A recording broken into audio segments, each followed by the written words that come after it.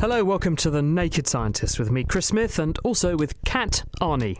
This week, we're shining the spotlight on the science of light, including finding out how scientists are probing fossilised light left over from the Big Bang. We check out the latest bionic eye that can restore vision, and we hear why Newton stuck a needle in his eye, all in the name of science. I took a bodkin and put it betwixt my eye and the bone, as near to the backside of my eye as I could. One word. Ouch.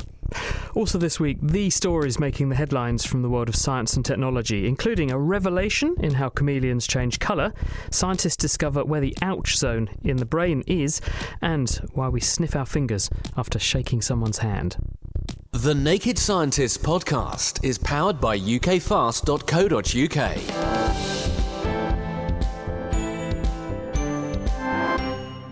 On the 12th of March, celebrated author Sir Terry Pratchett very sadly passed away after a public 8-year battle with Alzheimer's disease.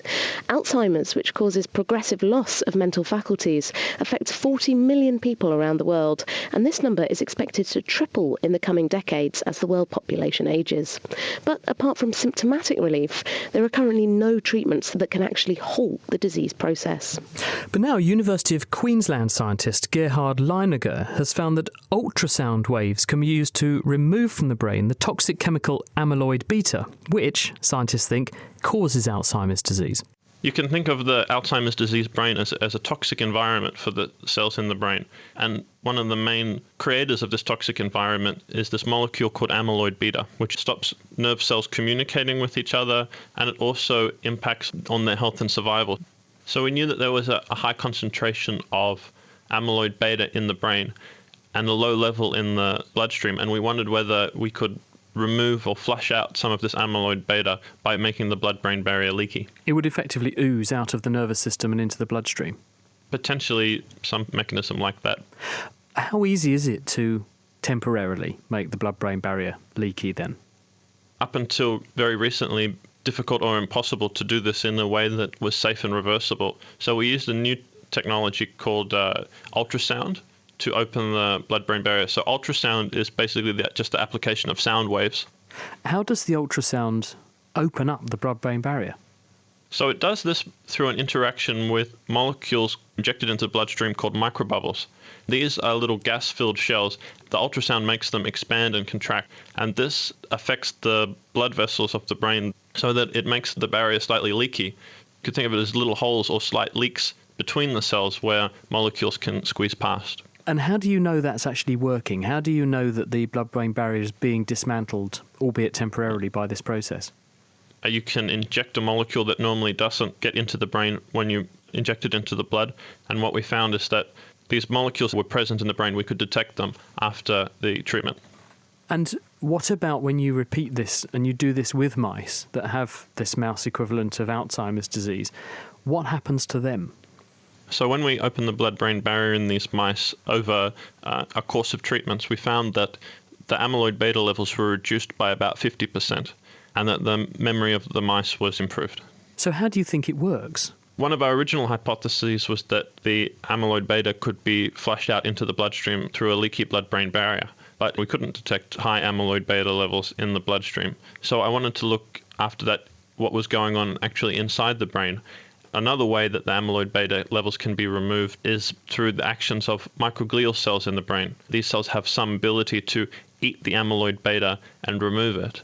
What I found was that after the course of the ultrasound treatments, the ability of the microglia to eat the amyloid beta was about doubled. These cells were effectively consuming and removing the toxic protein that had built up. And was that what, rendering it safe? That's what we found within the microglial cells in compartments that normally degrade it or chew it up and make it safe. Could there not be a downside to, albeit temporarily, dismantling your blood-brain barrier? Presumably it's there for a reason. When we think about opening or making the blood-brain barrier slightly leaky, we need to think about it being made leaky to some molecules but not others. So the size of the opening of the blood-brain barrier is enough safe for smaller molecules and proteins to get into the bloodstream, but not large enough for, say, bacteria or viruses to get into the brain. We didn't see any side effects in the mice that we treated. In fact, their behavior was improved and there was no damage to their brains or the cells in their brains. Would you regard this as a possible therapy for humans? I think it is a possible therapy for humans once we can scale up and adapt the technique from treating a very small brain, such as the mouse brain with a thin skull, to a large brain like a human brain with a thick skull. I think that this could definitely be applied potentially in Alzheimer's disease patients. Let's hope so. That's Gerhard Leiniger. He's from the University of Queensland. We've all experienced the sensation of pain, from an annoying paper cut to the intense agony of breaking a bone. Scientists have long been looking for the part of the brain that decodes how much something hurts. And now Oxford University's Andrew Segerdahl thinks he's identified this human ouch zone, which is catchily called the dorsal posterior insula, as he explained to Danielle Blackwell.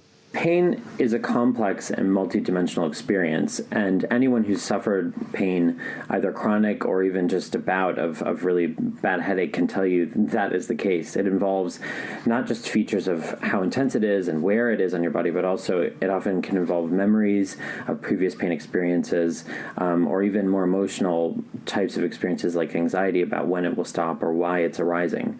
So pain becomes complex to study because every time you put someone in pain, you have to deal with each of these variables. So what is this new technique that you have used, and how did it help you decipher the brain region that is involved in pain intensity? So the brain imaging approach that we used is ASL, which stands for arterial spin labeling. And what ASL does is, as your brain is working and you're thinking and you're using different parts of your brain, those different parts of the brain need oxygen to be active. And arterial blood is the main delivery system for oxygen. So what this type of imaging approach does is it actually uses those principles, and we can use that to actually tag the blood so that it actually becomes a signal that can be photographed with the imaging approach.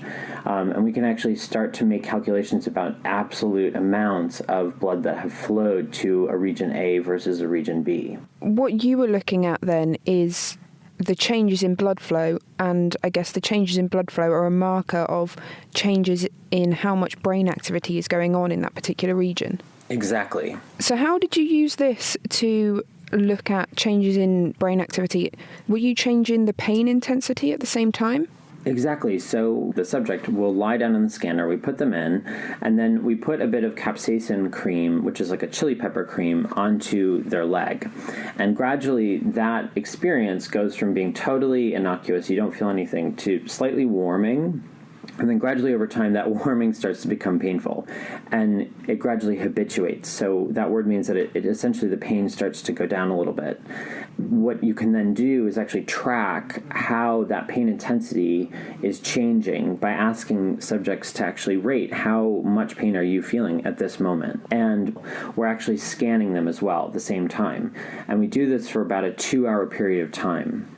And it's that which allowed us to actually zone in on the dorsal posterior insula as tracking that change in pain intensity as it unfolds. So you were able to map the changes in pain intensity that the participants were reporting with the changes in activity and blood flow in this particular region of the brain. That's exactly how this type of approach works.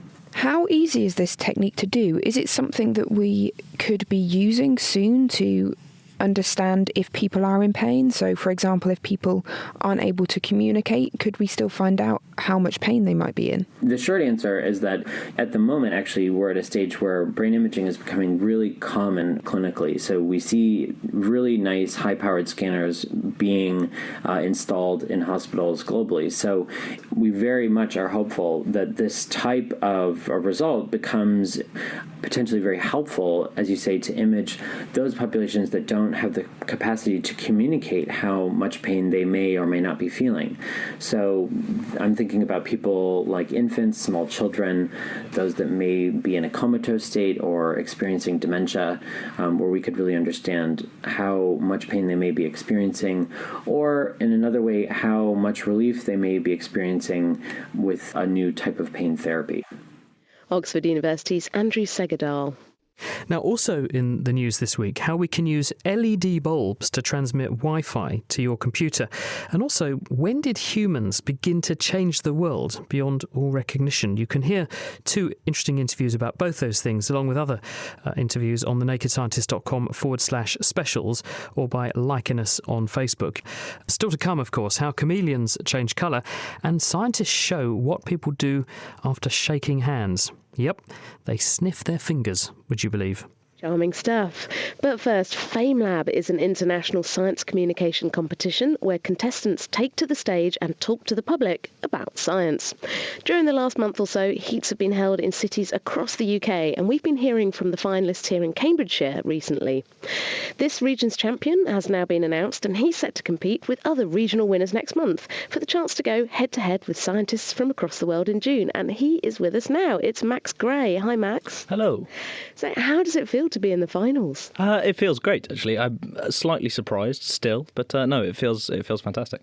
Now, your winning talk was about Nemo, the clownfish. Is this what you actually work on as a researcher? No, it's not. I do work on the behaviour of fish on coral reefs, but not on clownfish. I actually work on cleaner wrasse, which are fish that you find throughout the Pacific. Well, let's hear your prize-winning stuff. So if you could give us your 3 minutes about Nemo. Yes, of course. So usually when I introduce myself to new people, what I tell people is that I'm a marine biologist.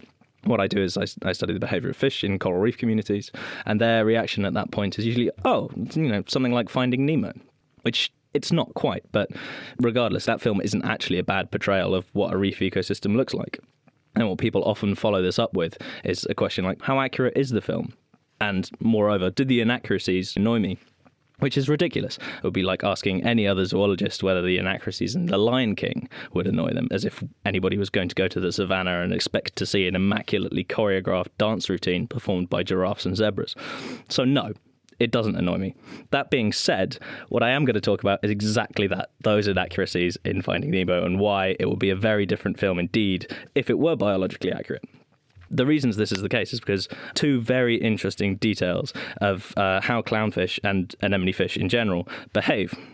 First off is something called sequential hermaphroditism, which is where the fish start off, broadly speaking, sexless or ungendered, if you will, and then as they grow and they become the second most dominant individual in their little anemone society, they become male, they develop testes.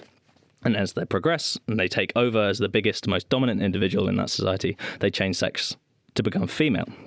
So, if you remember the film in Finding Nemo, at the beginning of the film, you have a breeding pair of clownfish. And they're happy, they've just created a nice large brood of eggs together. And unfortunately, what happens next is that the female, the mother fish, gets eaten by a barracuda. So far, so accurate. That does happen. However, what would have happened next would be that her death would have triggered Nemo's father to undergo a sex change and become a new mother, which would have made for an interesting film, although possibly more of an art house than a blockbuster flick. Now, the second thing that's very interesting about these fish is something called filial cannibalism. And this is the process by which fish, or any animal in fact, will eat their offspring if something goes wrong and they find themselves in a disadvantaged situation. And in the case of clownfish, new parents, which they are in the film, are even more likely to do this. They do this with alarming regularity. So what's really likely to have happened in a sort of Finding Nemo situation is that the mother fish will have died. The father / now mother fish will have eaten all of the eggs, including Nemo, which would have produced a very different film indeed with a cannibalistic transsexual parent. Max Gray, and what we didn't know about the real-life Nemo. Male chameleons have a well-deserved reputation as the colour-changing kings of the natural world. They quickly switch their skin colour into a wonderful array of hues. But how do they do this? Previously, it was thought that chameleons perform this quick change by shuffling chemical pigments around in their cells in their skin, but there wasn't actually any evidence to support the idea. Now, Michel Milinkovic and his team at the University of Geneva have taken a much closer look using a high-powered electron microscope. What they've discovered is that a special layer of colour cells in the chameleon's skin, called iridophores, contain tiny nanocrystals that bend light, and they give the reptiles their colour-changing abilities. We came up with this crazy hypothesis that given we didn't see how the animal could change color, we thought that maybe what is happening is that this animal were able to actually tune the distance between their nanocrystals, because that would, of course, shift the light that is reflected. The photonic crystals act like a selective mirror. All light is going through except a specific wavelength that will be reflected with 100% efficiency. So what you get is a very bright and very pure color. But the wavelength that is reflected specifically is a function of the distance between the successive layers of materials. So would be when the distance is very short, it would be blue light, and when the crystals are more distant from each other, it would be more yellow or red light. Then when you shift the organisation of these layers of crystals, then it basically goes a different colour. Were you surprised when you realised that this was happening? Yes, we were. We never thought that actually there would be a possibility for the animal to actively modify the geometry of the photonic crystal to change the distance among the nanocrystals. How do you think that the chameleons are doing this? Maybe they do it the same way as we recapitulate the phenomenon ex vivo. We take a piece of skin, we put that in a petri dish, and then we change the concentration in salt, basically, of the solution in which we keep the sample of skin. And therefore, the cells will shrink or swell depending on the amount of salt that you put in the system. Okay? That will mean that the crystals get closer or further apart. Exactly. That's what we were hoping for, is that by changing the geometry of the whole cell, you would force the lattice of nanocrystals to also shrink or swell. And that's what is happening. We see exactly that. We see really single cells going from red to blue, passing by all the other wavelengths of the spectrum. It must be wonderful to work in your lab and see all these beautiful colours changing in front of you. It must make you think that nature and chameleons are just quite amazing. Yeah, these are amazing creatures. Actually, that's probably the reason why there is so much interest for these results. People really love chameleons because they have many different features that are spectacular. They have these protruding tongue that they can project at a distance to, capture a prey.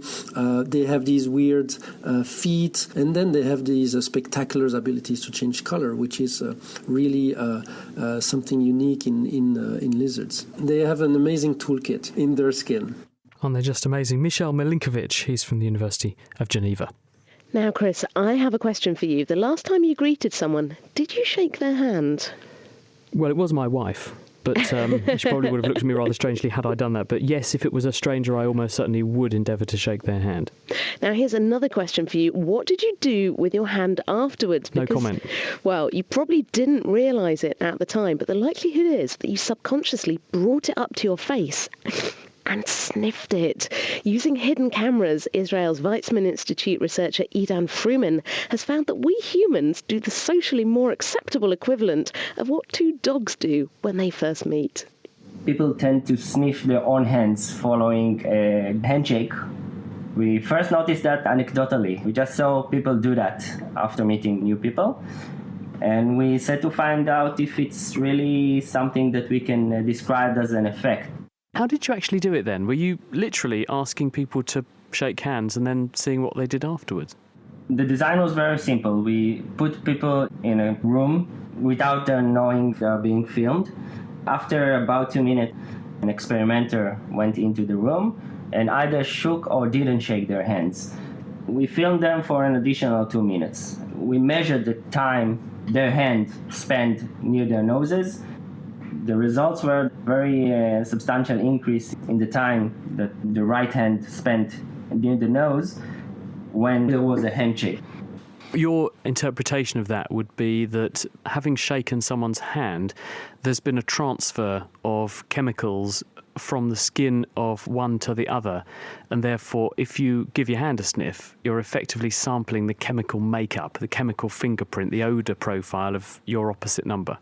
Right, this is what we think, and we also checked that We actually measured if we can transfer chemicals from one person to another. We put gloves on an experimenter and shook their hands to see if something is left over from a handshake on this glove.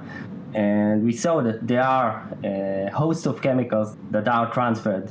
Is there evidence that when a person brings their hand to their nose, they're actually sniffing their fingers? Could it not be that they're just rubbing their face or something? This was one of our main concerns, to show that this is indeed something to do with the sense of smell. So we measured that using a nasal cannula. It's basically a tube placed under the people's nose. We can measure the airflow using this instrument, and we unequivocally saw that when a hand is approached to the nose, there is a great increase in airflow, meaning there was a sniff involved.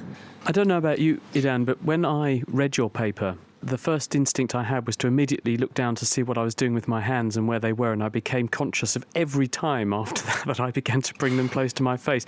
It's one of those awful things, a bit like when you see someone yawn and you want to yawn, and someone says they're itching and you want to scratch. Are you now sort of obsessed with what you do with your hands? Pretty much so, and I also observe that all the time, and it's very funny to see when we present that in conferences, how people start to observe each other and themselves, and to see what they do with their hands after they shake hands. It's pretty amusing, yes. Smell my finger indeed. That's Idan Frumin from the Weizmann Institute in Israel.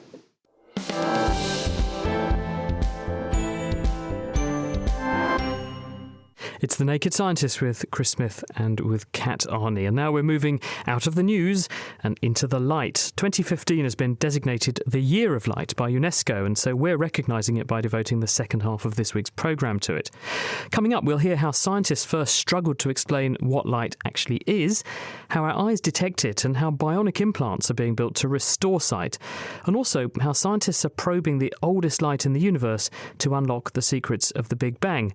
Although, when they were doing this, when it was first found, the discoverers initially thought they'd found something quite different.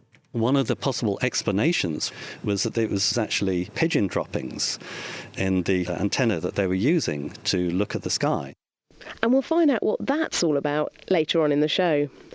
To most people, light refers to something that comes in a range of colours and is something you can see.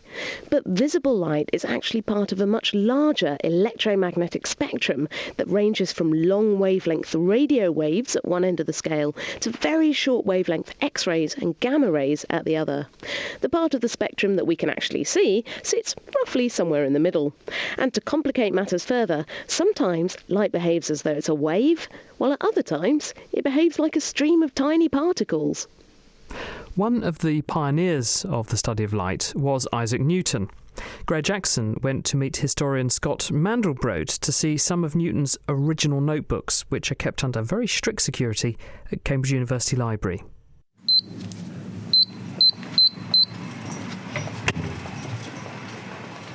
As we've walked down these aisles, we've walked past Charles Darwin, and now that we're in Newton's aisle, I can see Kelvin's papers, and a bit further down, Ernest Rutherford's. It's a staggering collection of scientific manuscripts.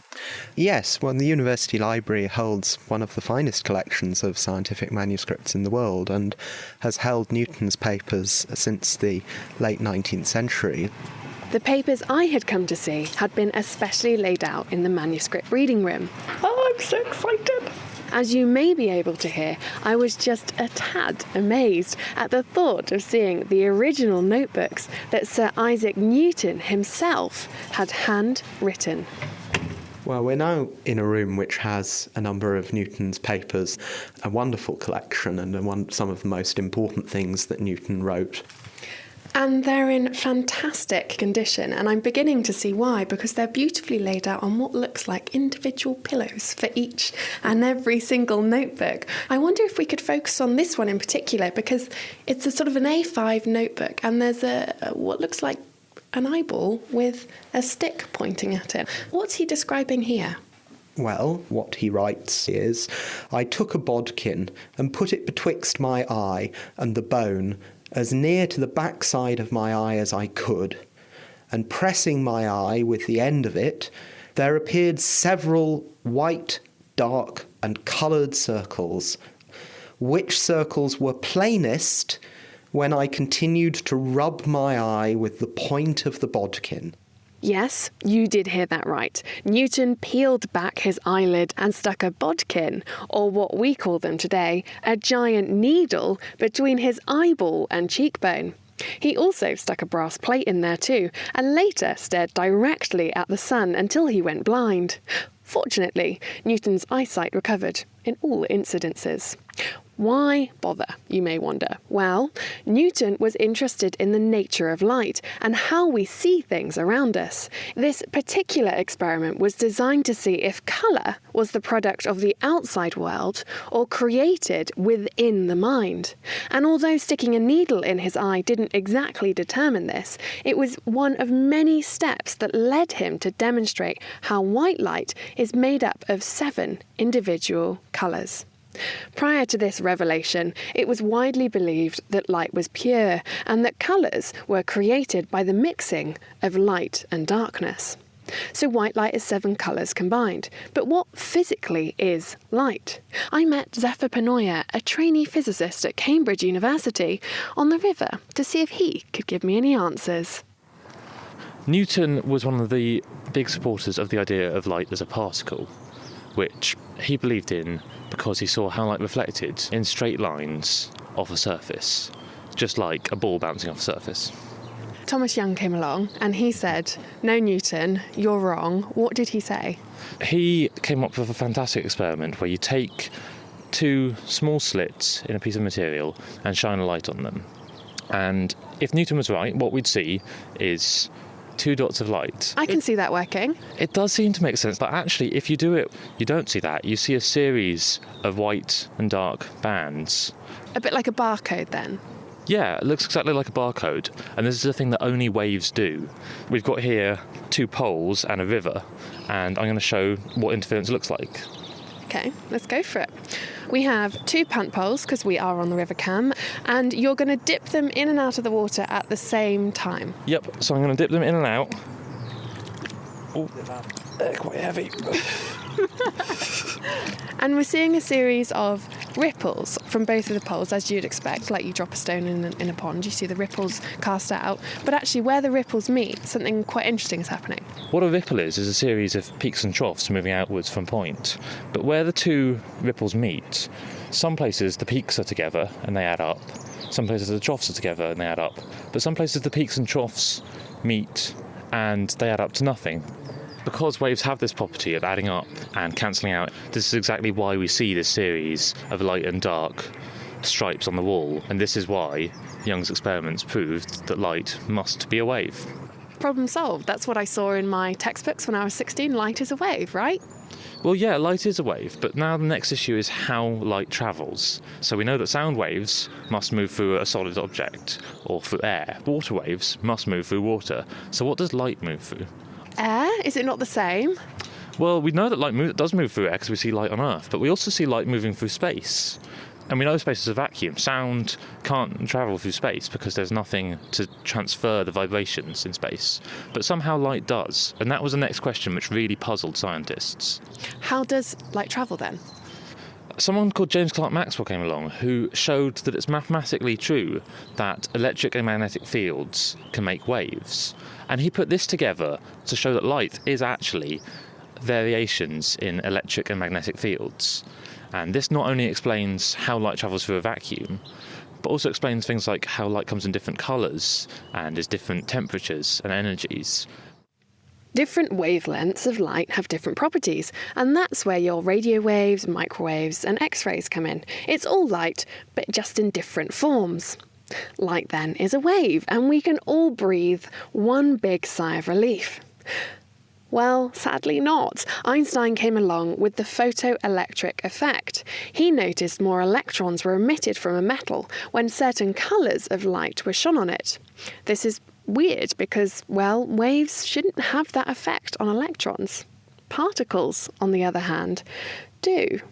So Einstein said, hey, you know what? Light comes in little packets or bundles, and I hereby call them photons. Does that mean Newton was right all along when he said light was a particle? Well, then Einstein developed his theory of special relativity and said light was a field of waves. Yeah, I know, confusing. So this takes us right back to square one. What is light? A wave? A particle? Or could it in fact be both? In some ways, Newton was right. Light can behave like a particle, like a photon. But at the same time, Maxwell was completely right, and Young, when they said that light behaved like a wave. Light behaves as both. We call this wave-particle duality, and it's something that we see a lot of evidence for in science, but we still can't really explain why light will behave as a particle sometimes and a wave as others. Does this mean we still don't really know what light is? It kind of does. We still might find that there's a better explanation for light, or it may just be that light is going to remain this confusing thing that we don't quite understand. Light is clearly a teenager. It just can't make its mind up. That was Zephyr Penoyer, who is studying physics at Cambridge University, and before him, Scott Mandelbrot. Now, most of us take for granted the ability to gaze at a beautiful sunset, to admire a great work of art, or to look longingly into the eyes of a loved one, or indeed your radio show co-presenter. But how do we see? And what happens when this process breaks down? Patrick Dagenard from Newcastle University works in the groundbreaking field of neuroprosthetics, and he has an interest in devices that can restore or enhance vision. And he's with us now. Hello, Patrick. Good evening. How does the eye work? How does it convert, for want of a better phrase, light waves into brain waves? Fundamentally, light comes from objects. They go through the optics of the eye and then get imaged to the back of the eye called the retina. When the light hits the back of the retina, we have some cells called rods and cones which act as photoreceptors. They sense the light. Once they've sensed the light, then the signal goes through a series of processing. And then finally, the final stage of the eye is cells called the retinal ganglion cells, which project through something called the optic nerve towards the back of the brain. And it's worth noting that the visual cortex, the part of the brain which processes our light, is at the very back, which is why boxers, when they get punched in the face, see stars, if you like, because that's the visual cortex pressing against the back of the skull. Sounds uncomfortable. So when someone has a problem with their vision, it could be any part of that pathway which is damaged or breaks down. But what are the common reasons why people lose the ability to see? The vast majority of people who lose sight on this planet are because of a condition known as cataracts. And that's where the lens in the eye basically becomes opaque and can no longer allow light to come through. But in terms of what I'm interested in, which is in prosthetics, I'm much more interested in conditions which cause some damage but leave, the remaining retina intact. One particular condition is called retinitis pigmentosa, which has a prevalence of about 1 in 3,000 people. And in this condition, the light-sensing cells are destroyed, but this still leaves the rest of the eye intact. And if that leaves then the possibility that if you can communicate with those remaining cells, you can then communicate with the brain and therefore restore some kind of visual signal. So because the rods and cones have degenerated or broken down, there's no cell there that can physically collect light and turn it into electrical signals that the retina can work on. But because the rest of the retina does still work, were you able to put new signals in mimicking those missing rods and cones, you could potentially have a working visual system again. Correct. How might we be able to do what you're aspiring to achieve, Patrick? Well, for many years, people have looked at visual cortical prosthesis. It actually dates back to the 1920s, in fact. But in 1992, people working on the retinitis pigmentosa disease discovered that the retinal ganglion cells were still intact. And for the last 20 years, various groups around the world have looked at implanting various types of electrodes and using those electrodes to stimulate the remaining cells. They could bring back some flashes of light, which, when there was sufficient electrodes in place, you could make some kind of very basic type of image. And is this working? Do we have devices that are capable of stimulating the right cells in the right place to create a visual image that makes sense?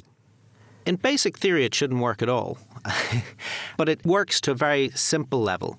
Fundamentally, I mentioned before that the eye is really trying to process the world around us. And what the eye does is it splits the signal into on and off pathways. And these are kind of positive and negative. Fundamentally, this is about creating contrast. Now, There's only information if there's a difference between the plus and the minus pathways. So if you stick a big electrode in and stimulate both simultaneously, it shouldn't actually work at all. Turns out that the off pathway is just a little bit slower than the on pathway. And as a result, when you do the stimulus, you get a little bit of contrast. You still get to see something, but it's relatively weak. So just very briefly, Patrick, are we in a position where we can actually make devices that can stimulate the right bit of the eye to give people some kind of picture? There are now commercial devices in place which will give a very, very rudimentary vision. But the next generation of devices that are about to come out are based on a new technique called optogenetics. And these can basically genetically engineer a new layer in the eye to be light sensitive. And this can then do that separation between on and off pathways much more accurately, much more stronger. And this should bring back some kind of vision. Well, you'd still be legally blind, but it would be significantly better than what is currently available. Patrick, thank you very much. Patrick Dagenhar, he's from Newcastle University. Now, you're listening to The Naked Scientist with Chris Smith and also with Kat Arney. If you'd like to get in touch, then you can find us on Facebook. You can also look us up on Twitter. You can tweet at Naked Scientist, or you can email chris@thenakedscientist.com. This week, we're looking at light because this year the world is celebrating the stuff. We've heard about how the eye uses light to see the world around us, but how do we actually perceive what's out there? What's going on in our brains? Isaac Newton was interested in whether colour is a product of the outside world or whether it's created inside the mind, and this led him, as we've heard, to stick objects into his eyes. Prior to him, the Greek philosopher Empedocles thought that light streamed out of the eyes, bounced off things, and that's what enabled us to see. This does beg the question, how do we perceive colours and make sense of the world around us? We're joined now by UCL's physicist cum neuroscientist Richard Clark, and he's been trying to figure out what happens. Hi Richard, thanks for coming on the show. Hi there. Now, I've got a pen in my hand. Surely this is what I'm seeing, as we heard from Patrick. Light going into my eyes, turning these on and off pathways, and it's a pen. Well, the honest answer is it's kind of horrifying in some respects. You're making pretty much all of that up. What we do is we don't see a physical reality. We don't see what's out there. So what on earth am I seeing? Because it looks like a pen to me. Well, let me tell you why we don't see physical reality. There's two basic problems. The first one is very fundamental, and that's a problem with light itself. Light actually doesn't tell us what we think it tells us. We assume that it tells us about the objects out there in the world. We don't have to go out there and touch them, but it's really not that simple. Light is a product of two things. It's the product of the reflectance of the surface of the object and the illumination, the quality of light that hits the surface in the first place. Cool. So all of that's kind of streaming into my eyeballs, and then what's telling me that I'm seeing something? What's happening next? Well, let me tell you, here's the problem with what's streaming into your eyeballs. You can't actually use the stimulus, the light that hits the back of your eye, to tell you what's in the world. We've got an example of this. Yes, the point of this is that the physical reality of what you're seeing, the light hitting your eye, is this mixture of two signals, and that's what we're going to hear. So it's a complete mess. Right, OK, let's hear the first demo music, Chris.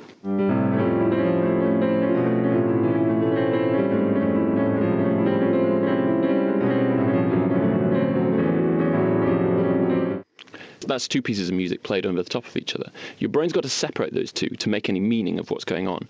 And it really does this magical thing of separating those two information streams. We have no idea how that's done. We can't make computers do that. Now, you said there was two things about this. What's the next step in actually perceiving something as being there? Well, this brings me to the brain. And here we start to really diverge from reality. This mess that hits the back of the eye, it gets flipped upside down and projected onto the back of the retina, and there the photoreceptors turn this into a code. Now, this code leaves out some really pretty fundamental things about the light that it's trying to encode. For example, we don't encode absolute brightness. That seems incredible, because I almost have this idea that the eye's a bit like a camera. You know, obviously a digital camera, it's a pixel and it's bright or it's dim. And you're saying we just don't even capture that. It's not in the code at all. Then how on earth am I making sense that my brain is telling me that this is a pen? Well, This is that's a great question, and I'm not denying that there really is a pen there, or something that we call a pen there. But so here's the really interesting thing. So the code then gets piped to the back of the brain to an area called V1. If you put your hand on the back of your neck and feel the back of your head, give it a squeeze, that's where you're doing all your vision. It now, okay. It doesn't really feel like you're seeing from there, but that's really where you're seeing. And you would expect that you would get a bunch of inputs from the eye, that visual cortex would do all its processing and send the results to the rest of the brain. That's not what happens. What's really going on is that 95% of the inputs into V1 are from elsewhere in the brain. Only 5% come from the eye. So basically, my brain is just making up what I'm seeing. Basically, yeah, not all of it, but 95% of it. We've got another example from music about this kind of job that our brain does to infer some kind of sense from signals. Right, so the thing that we do see is we see meaning. There's a nice audio illusion from Diana Deutsch that shows the difference between what we perceive to be meaningful and what we perceive to be meaningless.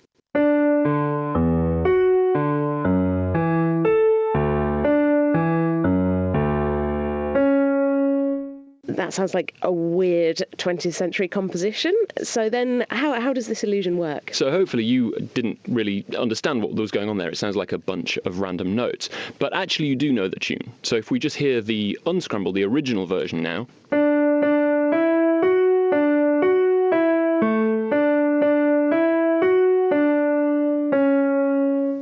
Okay, hang on. I can't see the relationship between the two. Let's play the first one again.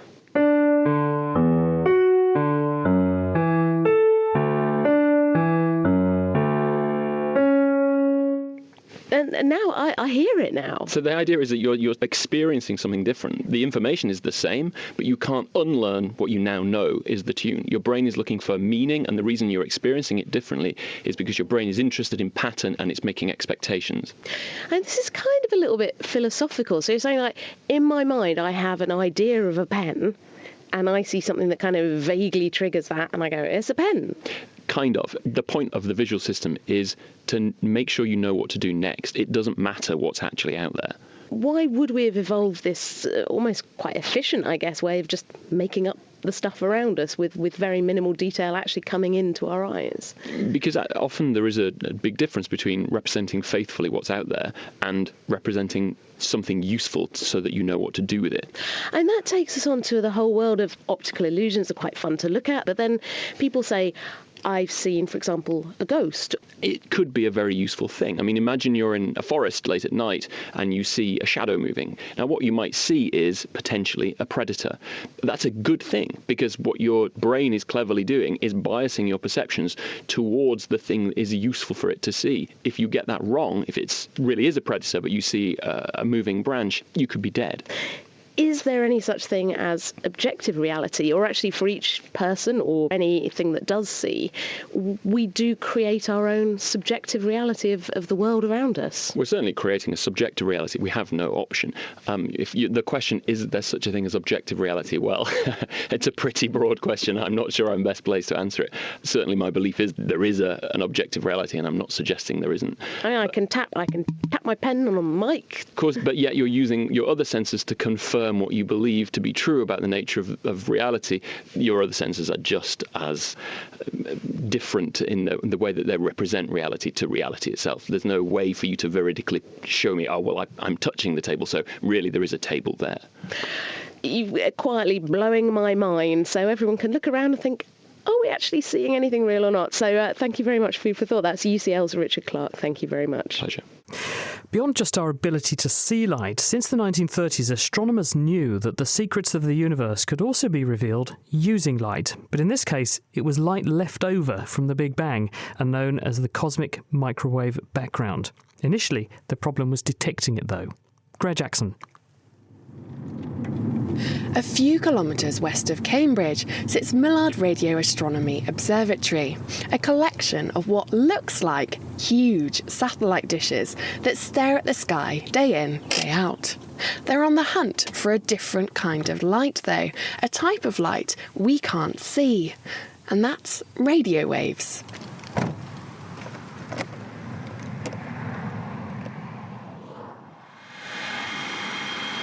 I started working on radio waves in 1978, and then I moved to Cambridge in 1984, been working here ever since.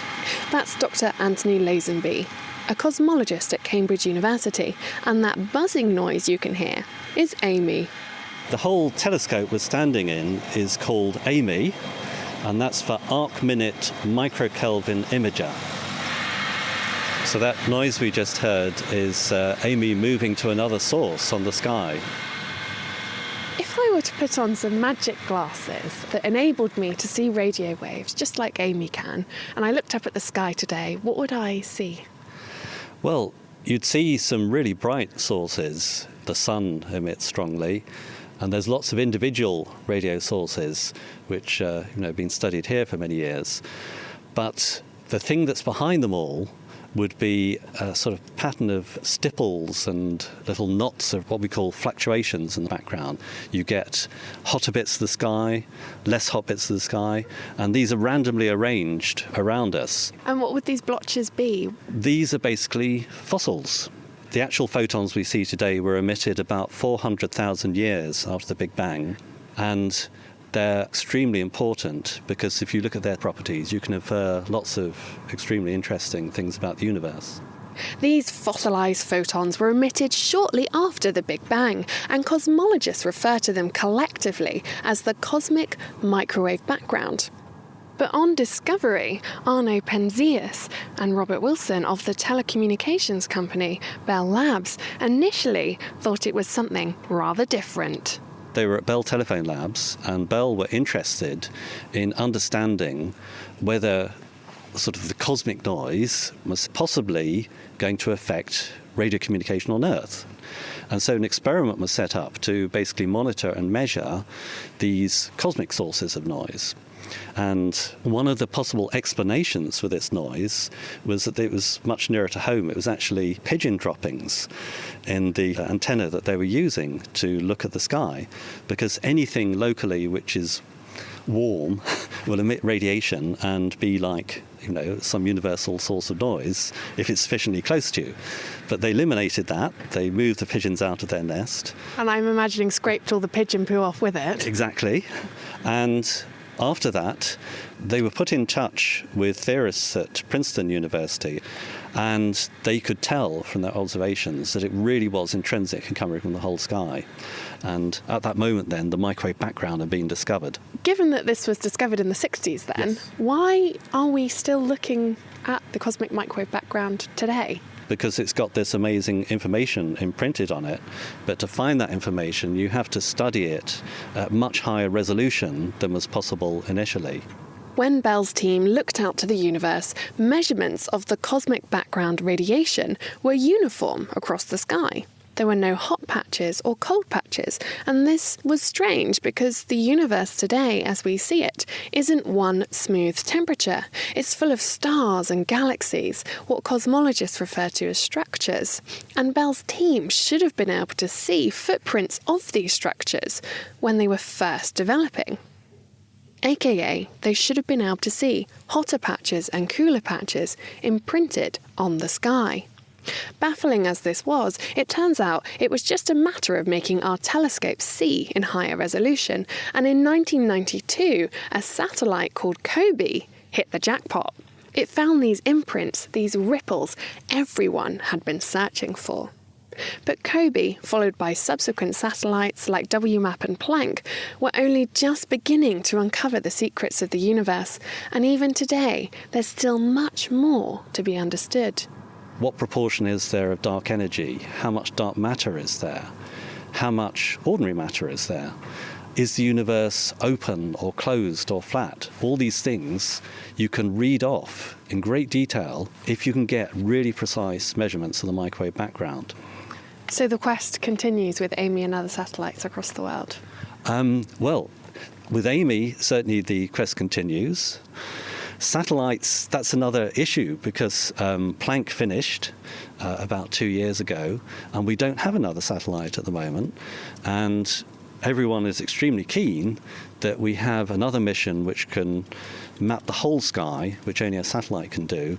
Continuing the study of the microwave background is incredibly important for moving our physics theories. So We're all hopeful that there will be another satellite, but there isn't one yet.